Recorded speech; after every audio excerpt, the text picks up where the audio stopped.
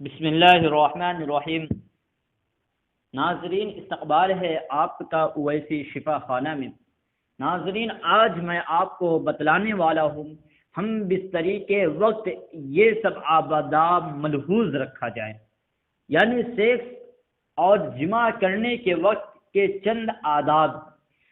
ہم بستری یعنی سیکس کا عمل شروع کرنے سے پہلے بسم اللہ الرحمن الرحیم پڑھ لیں۔ اگر اول میں بھول جائے تو بعد انزال یعنی منی کے قطرات منی کے نکل جانے کے بعد یعنی سیکس کے فراغت ہو جانے کے بعد یاد آنے پر پڑھ لیں۔ سیکس یعنی ہم بستری سے قبل خوشبو لگانا بھی بہترین عمل ہے۔ ہر قسم کی بدبو، چاہے وہ میلے کچیلے ہونے کی وجہ سے ہو یا تمباکو نوشی کی وجہ سے ہو، شہوت کو مردہ اور رغبت کو نفرت سے بدل دیتی ہے۔ ہم بستری یعنی سیکس کے وقت قبلہ رخ نہ ہو، صحبت کے وقت بالکل برہنہ نہ ہو، یعنی سیکس کرنے کے درمیان پورا کپڑا نہ اتار دینا چاہیے، بلکہ بدن پر کچھ کپڑے ہو یا اوپر سے ڈھانک لے۔ مرد انزال کے فوراً بعد الگ نہ ہو، بلکہ کچھ دیر ٹھہرے رہے یہاں تک کہ عورت کو بھی انزال ہو جائے۔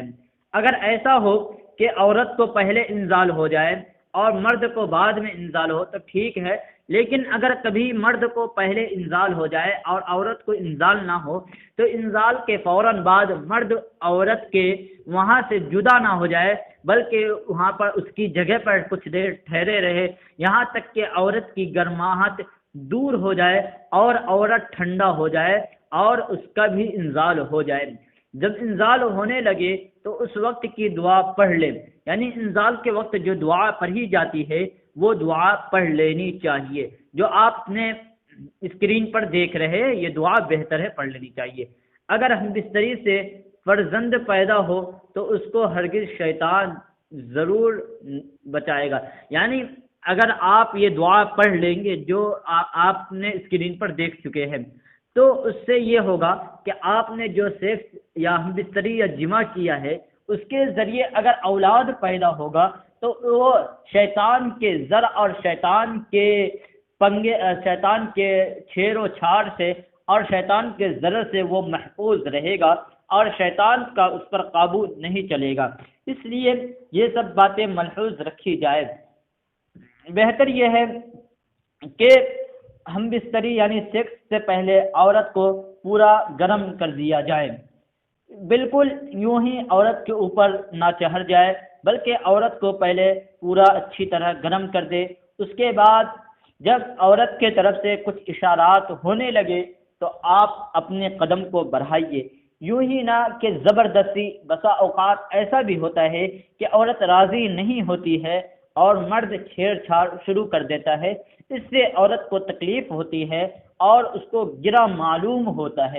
اس لیے بہتر یہ ہے کہ پہلے عورت کو اچھی طرح سے جیسے بھی ہو سکے اس کے پستان پہ ہاتھ پھیر کر اس کو بوسہ لے کر قسط لے کر، اسی طرح اس کے شرمگاہ پر ہاتھ پھیر کر، اس کے ران پر ہاتھ پھیر کر اس کو اچھی طرح گرم کر دے۔ اس کے بعد اپنا معمول شروع کرے جب عورت کے طرف سے اشارہ ہو جائے تو، اور اس کے بعد آپ جو چند چیزیں ہیں اس کا خاص خیال رکھیں، یعنی بسم اللہ پڑھ لے، ہرگز قبلہ رخ نہ ہو، برہنہ نہ ہو، عورت کے شرمگاہ کو نہ دیکھے، اس سے جو ہے اولاد میں کچھ خرابیاں پیدا ہو جاتی ہے۔